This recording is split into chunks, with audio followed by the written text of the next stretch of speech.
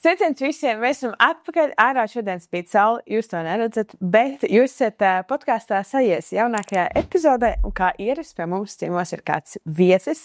Šoreiz tā ir viešņa, biznesa augstskolas turības prorektore un mediātore Evija Kļave. Sveika, Evija! Sveika, Madara! Kā šodien jūties? Ļoti dinamiski. Rīts sākās ar darbu auditorijā, tā kā es jūtos tā riktīgi ieskrējusies, labi pastrādājis ar studentiem. Studenti arī labi pastrādāja, bija interesantas prezentācijas, jūtu tādu gandarījumu, ar kuru viņi aizgāja no nodarbībām.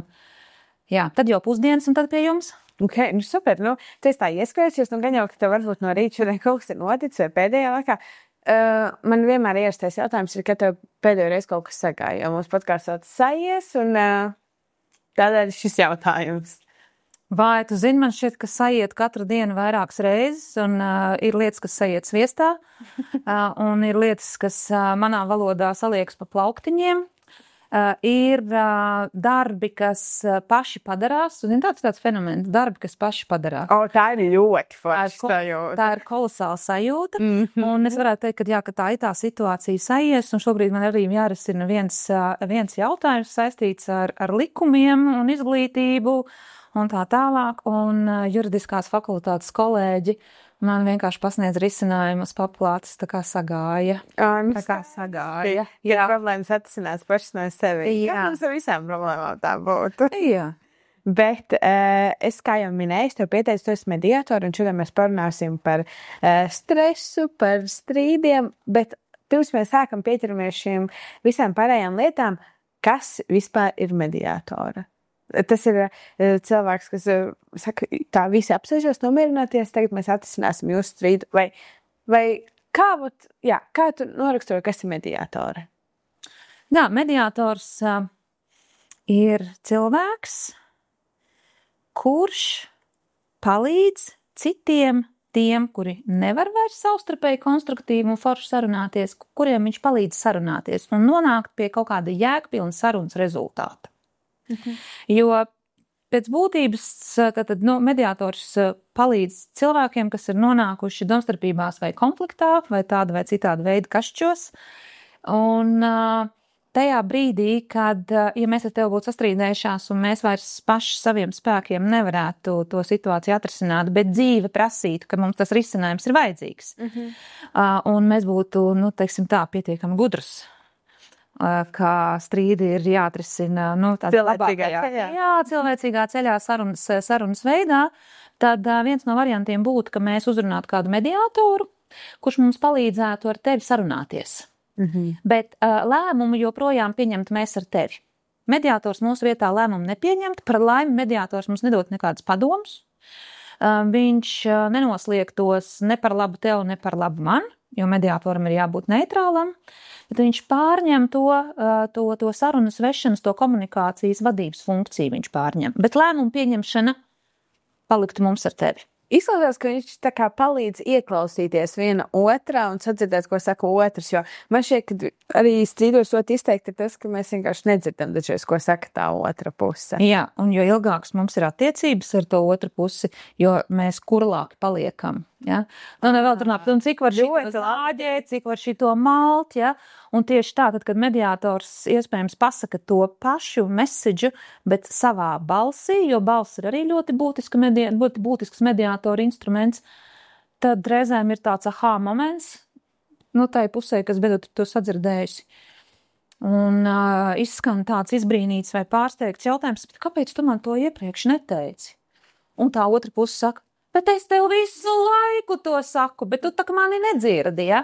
Tā kā, jā, tas tā ir, un tas ir, protams, arī izskaidrojums. Mums visiem dzīviem cilvēkiem ir tā saucamie psihiskas aizsardzības mehānismi, un patiešām mēs reizēm, principā, atslēdzam savu dzirdi un nedzirdam, ko mums saka. Gan tiešā, gan pārnestā nozīmē. Jā, mēs jau pieskārāmies strīdu situācijām, tad man uzreiz jautājums. Kā ir pareizi strīdēties? Vai ir vispār tāds veids, kā pareizi strīdēties? Kā ir pareizi strīdēties? Pareizi strīdēties, es gribētu teikt, protams, tajā brīdī, kad tikmēr, kamēr mēs uz to skatāmies no malas, droši vien būtu ārkārtīgi viegli tā kā iedot instrukciju, kā ir pareizi strīdēties un ko darīt, ja. Un te es vienmēr mēģinu iedomāties, vai arī tajās situācijās, kad es pati esmu tajā strīdā, es tāpat strīdos ar cilvēkiem un konfliktēju. Tad, cik gudri vai nesaprātīgi es rīkojos. Bet, protams, tā pirmā lieta būtu, principā, apzināties, ka, hei, re, kur ir strīds. Tad nākamais droši vien būtu tas, ka netik gudrs strīdnieks vai gudrs cilvēks, kurš ir konfliktā, viņš vispirms sev atbildētu ļoti godīgi, kas man ir svarīgāks, attiecības ar to cilvēku vai rezultāts. Es strīdētos ar tevi, tā kā jāizvērtē, ja? Jo tas nosaka arī to, respektīvi, cits starpāts nosaka arī veidu, kādā es konfliktēju. Jo būs situācijas, kurās tomēr rezultāts būs svarīgāks par attiecībām. Bet būs situācijas, kurās, lai tas rezultāts, pats, ja es nedabūnu to, ko man vajadzēja, ja, bet man ir svarīgi saglabāt ar tevi, es nezinu, pozitīvas, neitrāls, cieņpilnas attiecības un tā tālāk. Un tad es izvēlēšos pavisam varbūt tā kā citu taktiku, tā kā apzināties, ko es arī vēlos. Bet gudri strīdēties būtu cieņpilni strīdēties, laikam, manā valodā. Saglabāt cieņu pret otru pusi. Tik tālu, cik, protams, tas tev ir iespējams. Jā. Un man ir jautājums par šo otru pusi, vai vispār pastāv kaut kāda tāda lieta, kā var iedalīt, kādi strīdēšanās tipāži ir. Jo, piemēram, cik man šķiet, ka ir viens tāds, kas, saka visu, kas ir uz mēles, ja viņš nobliež. Es, piemēram, esmu tāda, kas ieslēdzās, un es varu noklausīties un, piemēram, aiziet vispār prom un it kā neko nedot pretī, ja, tam cilvēkam, bet noslēgties, un tad vienkārši pati pie sevi vēl pusotru dienu malt to visu. Tad tu esi bruņurupucis. Vot, redzi, bet es gribu uzzināt par šiem veidiem. Jā, tad, kad es pieminēju par to gudro strīdēšanos, ir viens tas absolūti gudrais strīdēšanās veids, bet tad, ja tev tas interesēs, tev pastāstīšu par 5 zvēriņiem. Jā, tad 5 zvēriņi, un tie faktiski ir tādi 5 mums cilvēkiem tipiski veidi, kā mēs rīkojamies, uzvedamies konfliktos, kā mēs tos risinam. Protams, mums nevar visu salikt 5 kastītēs. Skaidrs, ka tie veidi kaut kādā brīdī pārklājas, un ir tā, ka mēs reizēm izmantojam visus no viņiem, bet ir kaut kāds, kas ir dominējošais. Par savu dominējošo, piemēram, tu tikko pastāstīji, ja, kas tev ir raksturīgs. Un ja mēs sākam ar šo, kāpēc es teicu bruņurupucis, jo patiesi katram tam rīcības stilam vai stratēģijai konfliktā, kā mēs uzvedamies, ir arī atrast tāds dzīvnieks, ar ko to salīdzina. Ja? Un tad tā taktika, par kuru tu runāji, tā ir izvairīšanās taktika. Un šīs tipoloģijas autori, Tomas un Kilmans, 2 gudri džentelmeņi, tad viņi to nosauc par bruņurupuču taktiku. Protams, sliktāk ir tad, ja abas puses izvairās no konflikta, jo, faktiski tad konflikts netiek risināts. Bet visbiežāk problēma šeit ir tā, ka konflikts pēc definīcijas ir kaut kāda situācija, kas prasa risinājumu. Bet ir neatrisināmi konflikti. Ir neatrisināmi. Es teiktu, ka ir arī neatrisināmi konflikti, jā. Bet, ja drīkst, mēs pie tā varbūt mazliet vispirms par tiem zvēriņiem. Ja? Lūk. Jā, bet, teiksim, ja mums ir tāda vairāk sadzīviskā, profesionālā vidē, es teiktu, ka lielākā daļa konfliktu tomēr ir risināmi, un, ja viena no pusēm aiziet, vai abas puses aiziet, vai izvairās, skaidrs, nekas nenotiek. Bet tas jau nenozīmē, ka tas konflikts ir pazudis. Viņš joprojām tur ir. Izvairīšanās būs arī raksturīgi tiem, kas mēl aiziet un aizcirs durvis. Ar mazāku vai lielāku troksni, jā. Kādreiz jau tas efekts ir tajā, ka tās durvis ļoti klusi aizvar, bet stingri. Ja? Un tad, protams, kas liecina par kaut kādu tādu cilvēku inteliģenci un prasmi risināt konfliktu ir, ka tad, ja es tās durvis aizvaru, man ir plāns, kā es viņas atvēršu. Ja? Un es trenēju arī sevī to spēju tās durvis atvērt. Un tas ir arī lielā mērā par to, kā mēs nodalām cilvēku, ar kuru mēs strīdamies, no tā jautājuma, par kuru mēs strīdamies. Mēs to reizēm riktīgi tā kā sajaucam vai sapludinam kopā. Ja? Bet svarīgi ir gudrs konflikta risinātājs, joprojām turpinās redzēt tevī madaru un jautājumu, par kuru mēs strīdamies, tā kā spējas nodalīt atsevišķi no tevis. Lūk, tad bruņurupuči ir tie, kas izvairās, kas paņem pauzi, un reizēm pauzi vajag paņemt. kad ir karstas emocijas, vajag ieturēt pauzi, ļaut tām emocijām varbūt norimt, jo tad mēs varam konstruktīvāk sarunāties. Tā kā arī šī taktika nereti ir tā piemērotākā. Tad ir nākamais dzīvnieks ir haizivs. Tas ir tas arī, ko tu droši vien minēji, kas tur visu pateiks tieši un bliezīs, un faktiski, kur attiecības nav svarīgas, galvenais ir mans rezultāts. Tā būtu rezultāts. Man pilnīgi vienalga, kas ar tevi notiek. Ja? Un tā ir tāda uzbrukuma taktika, kur es pretinieku faktiski iznīcinu, un iznīcinot pretinieku, es iznīcinu visu arī to viņa viedokļu un pozīciju kopumu, un es esmu uzvarētāji. Bruņurpuču gadījumā lielākoties ir 2 zaudētāji. Jo neviens neiegūst, abi 2 aiziet projām, beig galā. Pat ja tu viena aiziet projām, tad tas otrs jau paliek tur viens. Viņam īsti nav ar ko strīdēties. Ja? Viņš ir zaudējis tādā ziņā, kad viņš ir strīdus partneri zaudējis. Tad nākamais ir lācītis. Mēdz viņu saukt par plīša lācīti. Tā ir taktika, ko mēs varētu nosaukt mīļā miera labad. Viņš uzņemās visu vainu uz sevi? Jā, varbūt nevis vainu. Viņš jebko var paņemt uz sevi, lai tikai mums paliktu mīlīgas un labas attiecības ar tevi. Es tā kā atzīšu visu, es ļaušu visam notikt pēc tava prāta, es atteikšos no tā rezultāta, no tās vajadzības, kas man ir svarīga. Ja, bet lai tā kā tev pielāgotos, lai tev izpatiktu. Ģimenēs mēs diezgan šito varam novērot, ja, kādreiz. Protams, mēs visas taktikas varam novērot visdažādākajos kontekstos. Ja, bet tad cilvēki, kuriem nepatīk strīdēties, viņi nereti ir šie te plīšlācīši. Ja? Viņi ir gatavi labāk tā kā upurēt kaut kādas savas vajadzības. Bet tur tāds liels risks ir. Tu vari iekrist tajā cietēji lomā. Un es nabadzīņš, ja, un tad vienā brīdī pārvērsties par haizivi. Ja, jo tur, kur ir cietējis, tur pēc tam ir arī varmākība uzbrucējs. Ja, tas pārvēršas agresijā parasti. Tad ir vēl viens dzīvnieciņš, 4. tā ir viltīgā lapsa. Un viltīgā lapsa ir, kāda domā, kas ir viltīgā lapsa, kā viņi strīdās? Man šķiet, ka viņi izdarīs tā, ka liekas, ka tai otrai puse ir laba, tā kā, ka viņai liekas, ka viņi ir uzvarējusi, kaut gan tajā pašā laikā viņa būs tā labuma guvēja, man ir tāds ejot, bet varbūt es domāju nepareizi. Silts, pietiekami silts. Viltīgās lapsas gadījumā parasti ir 2 pa pusei uzvarētāji vai 2 pa pusei zaudētāji. Ja bruņurpuču gadījumā es teicu, ka ir 2 zaudētāji, haizivs gadījumā 1 uzvar, 1 zaudē, tas, kur haizivs apēd, tas ir zaudējis. Plīšlācīšu gadījumā arī ir 1 uzvarētājs, 1 zaudētājs. Tas, kurš piekāpās, ir zaudētājs. Tad viltīgās lapsas gadījumā ir tā pus uz pusi. Jautājums atkal, kāda ir tava personība, vai tu skaties uz to glāzi kā pa pusē pilnu vai pa pusē tukšu, jo viltīgā lapsa ir par kompromisu. Tas nozīmē, ka es no kaut kā atsakos, un arī tu no kaut kā atsakies, lai mēs katra kaut ko dabūtu.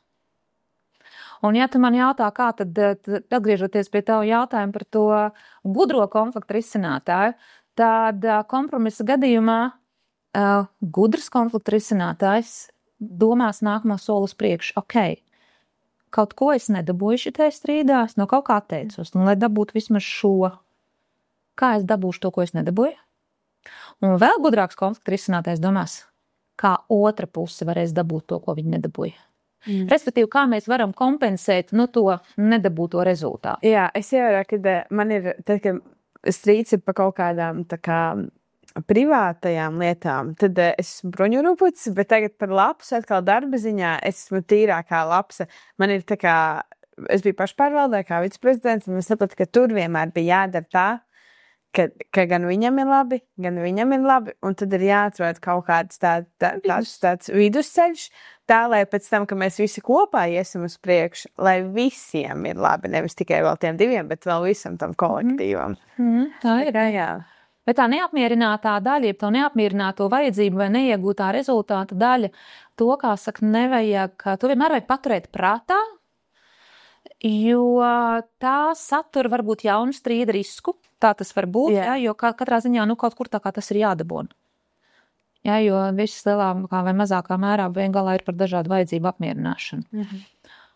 Un tad visgudrākais konflikta risinājums. Kurš tas ir? Ir tas, kuram rūp gan attiecības, gan rezultāts, un viņš strādā uz abiem, gan uz rezultātu, gan uz attiecībām, un šeit dzīvnieciņš ir gudrā pūce.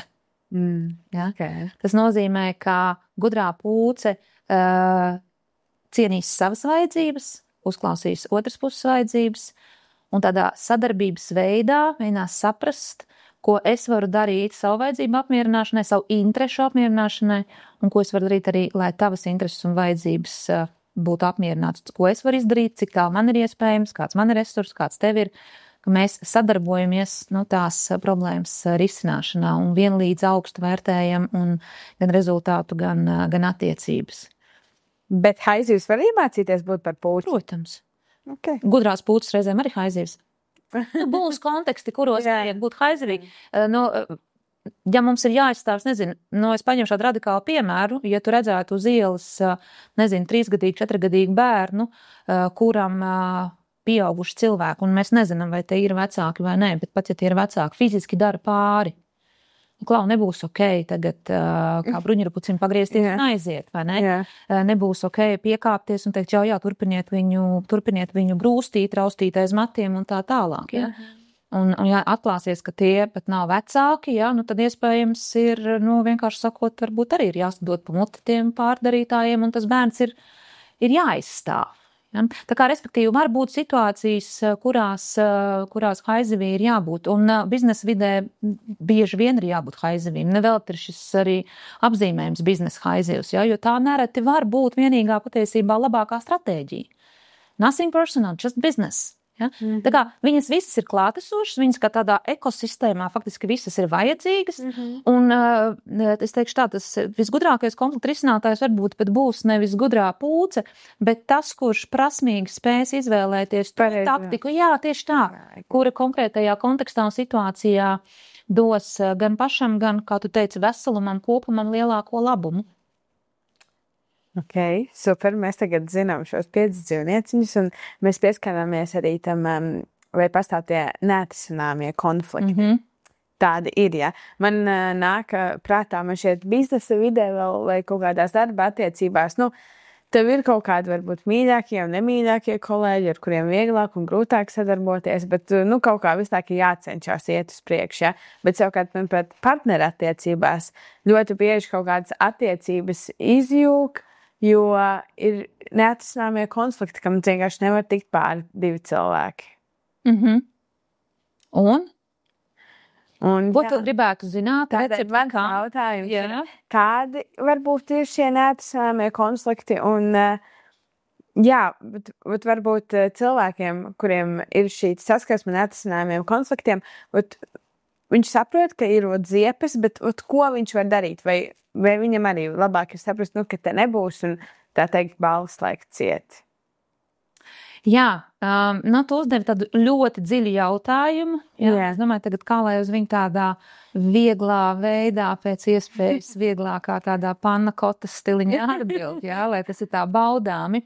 Faktiski tie neatrisināmie konflikti ir tie, kuri sakņojas mūsu vērtībās. Respektīvi, ja mūsu konflikts, kas visbiežāk cilvēkiem ir attiecība konflikts, vienalga darba vidē, privātā dzīvē, bieži vien patiesībā arī saistību strīdi, kas ir arī biznesa strīdi, ļoti bieži tie patiesībā savā saknē ir attiecību strīdi, cilvēcisko attiecību strīdi. Jā, es esmu vadījusi arī mediācijas uzņēmumiem, kas apgroza miljonus valdēji, un beigalā mēs arī nonākam pie tā, ka faktiski tas ir Tas ir nevis par darbu. Tas ir valdes attiecības, ja? Ne, attiecības, kādas viņi veido darbā, ja? Bet jebkurā gadījumā tās ir cilvēciskas attiecības, kaut vai arī kā profesionāļiem. Bet, mēs jau jebkurā vidē atnākam savā veselumā. Es jau varu strādāt ar sevi un teikt, ok, uz darbu es nāku ar savu profesionālo identitāti, savu autentisko identitāti. Tik un tā nāc kaut kādām savām vērtībām. Tieši tā, bet es jau nāku tieši tā. Un tad vērtību, un tad, ja mums tas attiecību strīds aiziet līdz tādiem vērtību strīdiem, un tie ir arī visi ideoloģiskie strīdi, visi lielie arī ģeopolitiskie strīdi, man gribas teikt, kur apakšā mēs nonākam pie ideoloģijas jēdziena, tur jau arī ir vērtības.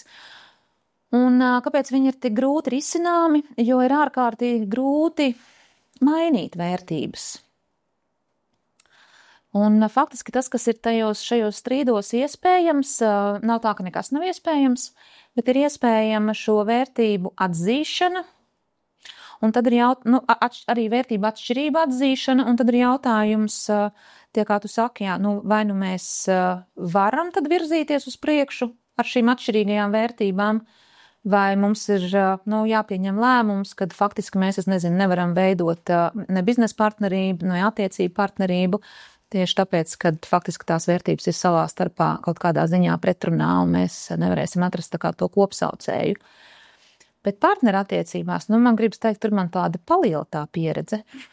No tādā ziņā es domāju par tiem strīdiem, jo es ar savu vīru iepazinos, kad man bija 14 gadi.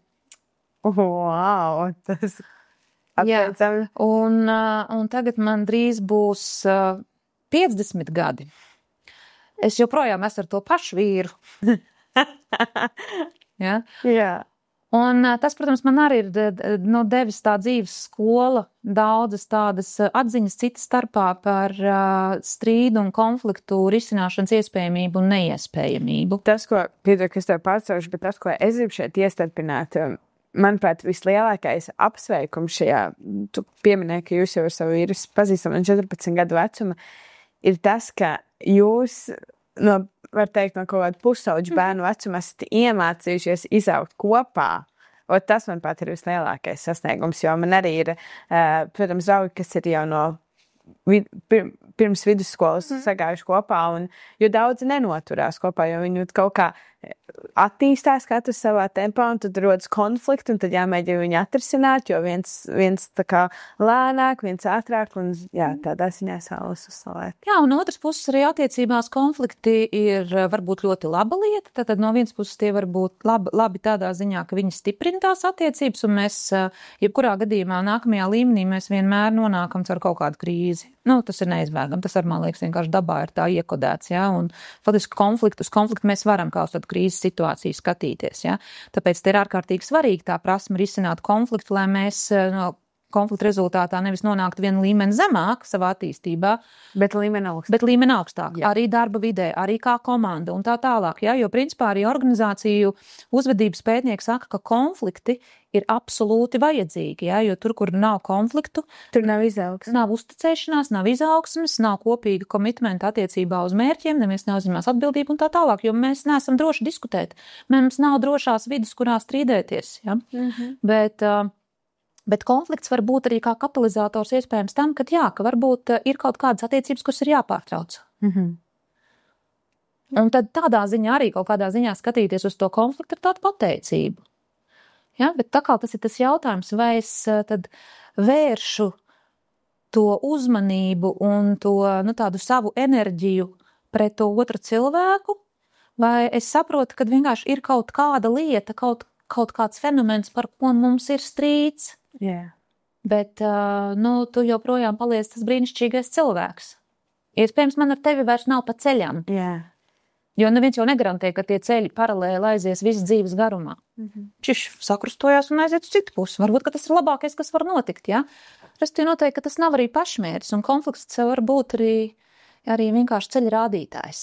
Jā, manuprāt, tas, kas man tagad atnāca tāda atziņa, mēs šajā konfliktos mēs dažreiz meklējam atbildes tajā otrā cilvēkā, bet patiesībā mēs to atbildi arī meklējam priekš sevis, strīdoties tā kā ar to otru cilvēku. Jā, mēs nostiprinam arī savus argumentus.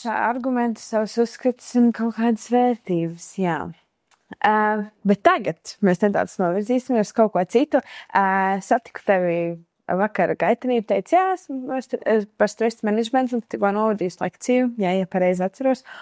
Un par stresu runājot, mūsu, tā teikt, nevēlamākais drauds ikdienā katram cilvēkam, un lai arī cik ļoti mēs viņu censtos tur apspēlēt, noslāpēt, viņš vienmēr kaut kur ir. Un tagad runājot ar tevi, atcerējos savu pirmo podcastu epizodu, jo šobrīd es tevī klausos. Bet savā pirmajā podcastu epizodē pie Raimona Feldmaņa bija tā, kad viņš atnāca un viņš runā, un esmu tik ļoti uztraukusies, ka es itin neko nedzirdu, ko viņš man saka. Es tikai dzirdu pēdējos 3 vārdus, nokoncentrēju savu uztraukšo smadzeni, lai varētu pieķerties un pajautāt to nākamo jautājumu. Bet varbūt tu varētu vienkārši iedot kaut kādu vieglu ABC instrukciju, kuru tu izmanto varbūt priekš sevis vai ko tu iesaki citiem. Tad, kad tu esi kaut kādās stresa situācijās, kur tev sevi ir jāpierāda, jo, manuprāt, jaunībā tagad, ja mums ir kaut kur jāiet, jāpierāda, jārunā, tā kā, lai... Arī jāiet, jāpierāda, jārunā. Jā, protams, es negribēju tā kā... Nē, tādā ziņā, ka tas iet visa ceļa gājumā. Tieši tā. Never ending story. Yes, un tāpēc gribēju pateikt, varbūt tev ir kaut kāds tāds laba instrukcijas pamācība, kuru iedot cilvēkiem. Nu, tu man dar pajautāji 1 miljonu eiro vērtu jautājumu. Protams. Jā, jo, ja man šī atbilde būtu, es domāju, visas rītā laižu uz Maldīvu salām, jā. Nu, nezinu, cik man ilgi tur patiktos, kad būtu izlasījis visas savas grāmatas, kuras man stāv uz nakts galdiem, jā, un tad jau droši vien laistu atpakaļ, jo citādi man tur palika garlaicīgi. Jā. Es teiktu, ka pats pirmais ir varbūt tas, kas mums var mazināt vispār satraukumu un stresu, gan pēkšņo, gan tādu varbūt ilgstošāk, kas ir apzināties vispār, kā tas stress rodās. Un vispār jāsāk droši vien ir ar to, tas ir Sandras Vestermanas tēze, neiroloģi, kurā teica, atsaucoties uz Hansu Seliju, kas ienes mums stresa jēdzienu, Hans Selija teica, ka stress nav tikai mirušiem cilvēkiem, un Sandra Vestermana teica, nu, bez stresa jau mēs arī nodzīvot tikai ļoti mokoši un garlaicīgi. Mēs nodzīvot un nomirt. Jā, tā kā stress nav tikai slikts. Tas ir lieta numur 1. Stress mūs mobilizē, stress mūs aizsargā, stress rūpējas par mūsu drošību, emocionālo, fizisko, visa veidu. Jā, tā kā cienīsim un mīlēsim stresu. Viņš mūs sargā, jo tā ir aizsarga reakcija. Tas ir numur 1. Numur 2. Nu, bet mēs piedzīvojam to nepatīkamo stresu, kuru mēs gribētu pēc iespējas mazāk.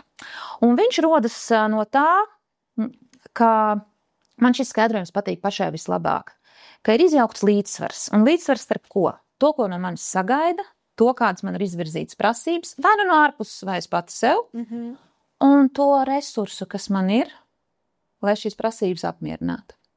Tagad iedomājamies, tev ir jānodod kādā studiju kursā, kāds skaists darbs, nedrīkst runāt deminutīvā, noliek. Nonivelēt nozīmi. Jā, tas ir agresīvi patiesībā. Deminutīvi ir agresīvi. Un man tik žēl, jo es tagad visiem te piemēram rakstu, jā, tur varēs atdot naudiņu, čaviņa un uzrunāt. Un man tāds, tā kā, šito dzirdēju, man tāds jēziņu. Vai man ir tik daudz negativitāti? Jā, droši nevajag neko tā vajag absolutizēt, bet kaut kādos kontekstos var šo pavērot, un tādā profesionālā vidē varbūt var sev vairāk pieskatīt ar deminutīviem, jā. Tas tā kā man veikalā pārdevēja saka, tagad ievadīsim pinkodu.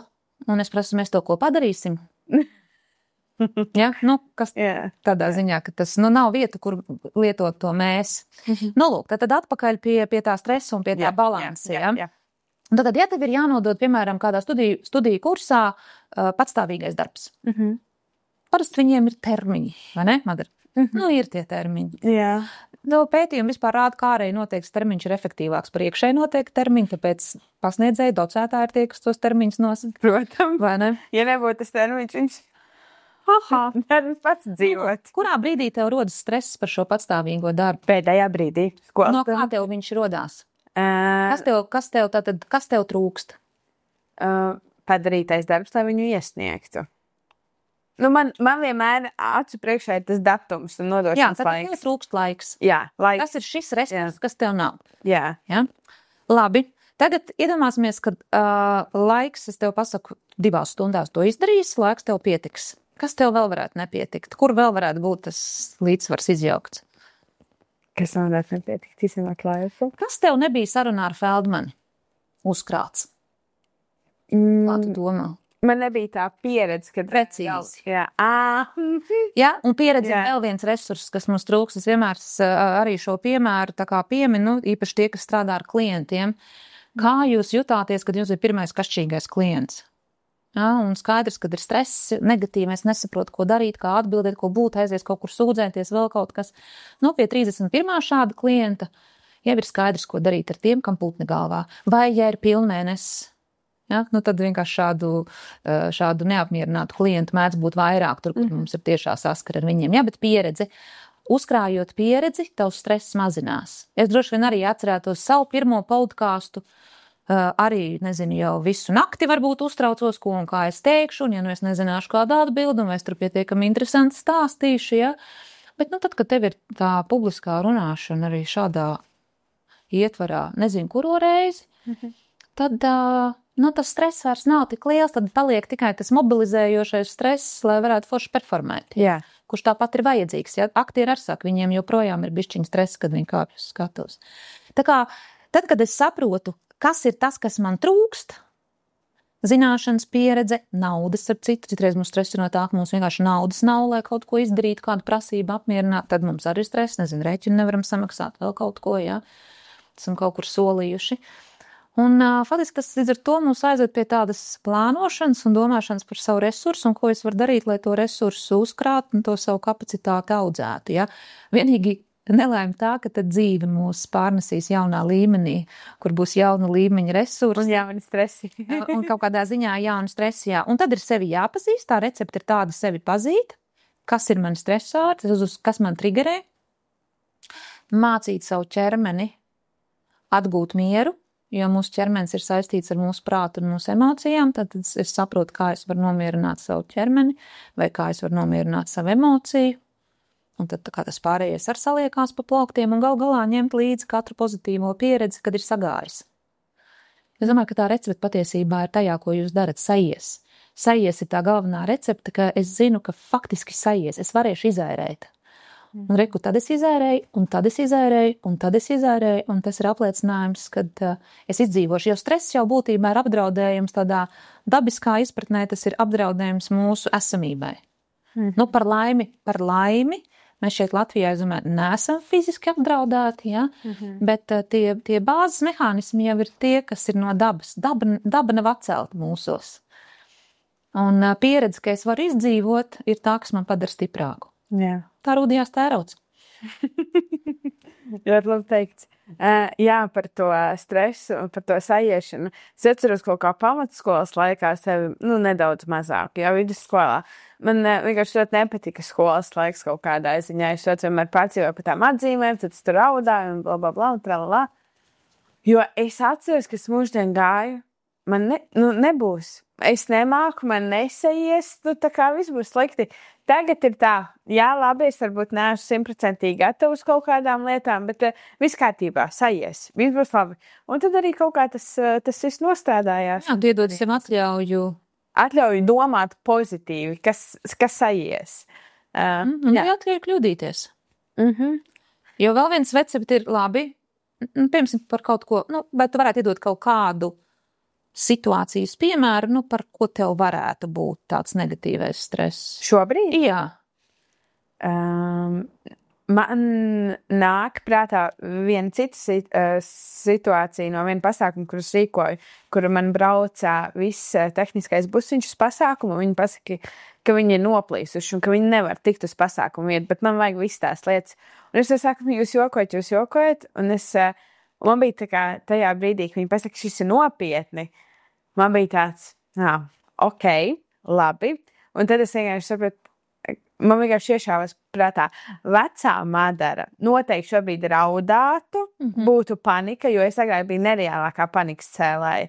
Viss ir slikti, tā kā mēs to neatrisināsim, es nezinu, ko lai dara. Drāmas karaliene, jā, protams, emocijas bija mans otrais vārds, es nezinu, šobrīd tā vispār vairāk nav. Man tāds, ok, kāds pirmais risinājums, kuru mēs varam darīt? Ja nav tas risinājums, tad ko mēs darām pēc tā risinājuma? Un šobrīd es jau esmu iemācījusies to, un tas tik ļoti man palīdz, ka man vairāk nav tas, es šito nevarēšu tik galā. Tā kā es varēšu, varbūt nebūs tik labi, kā bija paredzēts ar pirmo piegājienu, bet viss kārtībā. Tā kā šim ir jāatrisinās.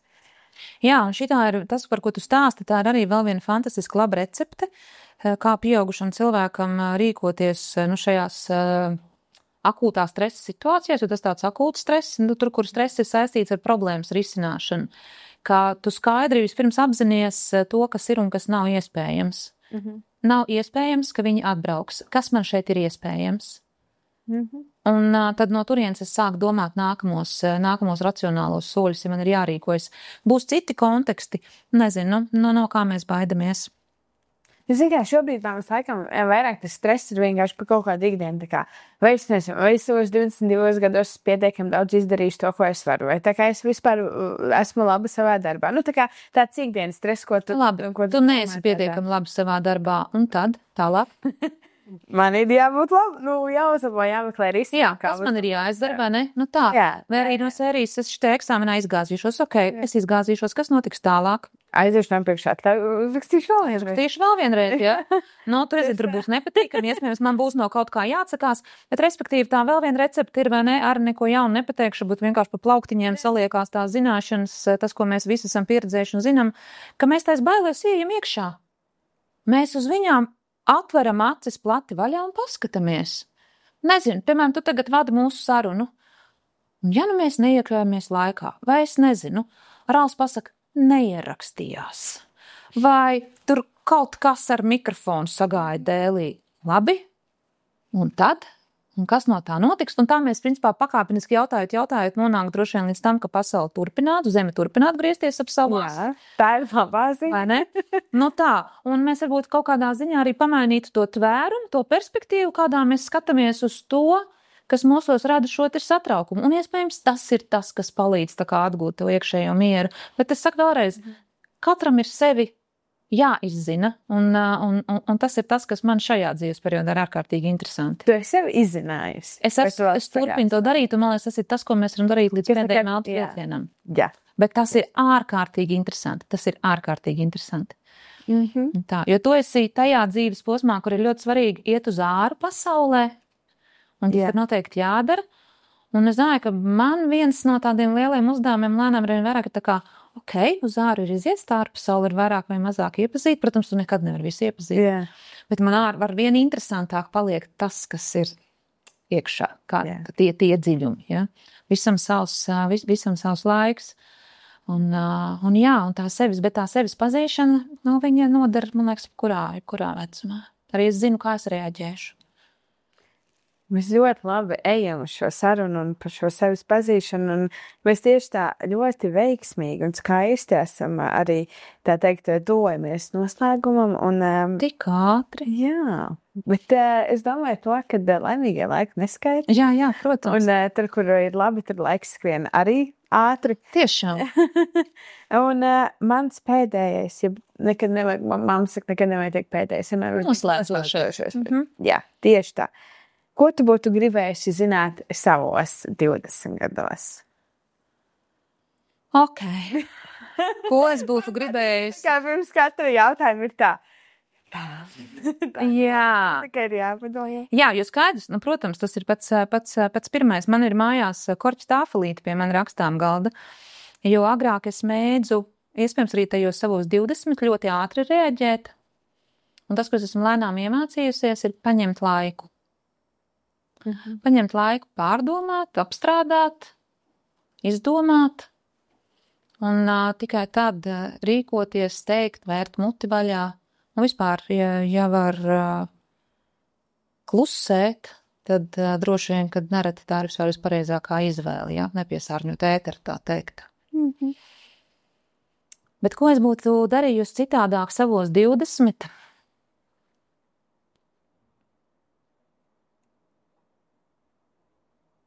Es droši vien būtu vēl lielākā mērā klausījusies pasaulē, un vēl lielākā mērā varbūt bijusi kā tāds sūklis, kas visu uzsūc, un centusies būt maksimāli redzīga, dzirdīga un jutīga, un varbūt ļāvusi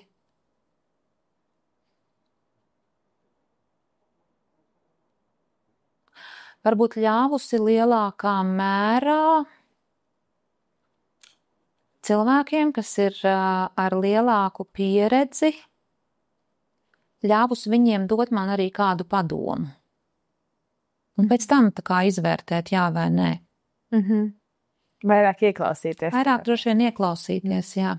Bet zin kā es vienlaikus, kad es to saku, es jūtu, kad es iekšēji nonāku pretrunā pat ar sevi, jo es atceros savu tekstu savai mammai savos 20. Jā. jo mēs ar vīru apprecējāmies arī pietiekami agri, man bija 22.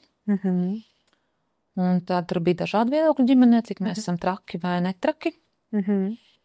Un šitas jums nesanāks, un pēc tam, kad mēs veidojām savu māju, tad mums pieškām jums tik lielu, un pēc tam, tad, kad, izvēlējāmies mašīnu, kāpēc jums šitādu, un es zinu, ka tas, ko es cirtu pretī, bija labi, lai tās manas rozā pilis sagrūst, bet ļauj man pašai viņas uzcelt, tad tās būs manējās, kas sagrūs. Bet šito es laikam tomēr nemainītu. Jā. Katram ir jāceļ savas rozā pilis. Un lai stāv pie ratiem tie, kas zina, ka viņas sabruks. Ja nu nesabrūk. Tik labi teikts. Ej tu nost. Paldies tev, Evīta, kā. Šis man pilnīgi skudrīgs noskrēja. Paldies tev par šīm rozā pilīm. Vai dzīvo rozā pilis? Jā. Paldies jums, ka bijāt ar mums šajā epizodē kopā, un lai mums katram izdodas uzbūvēt savus rozā pilis. Tiekamies nākamajā epizodē!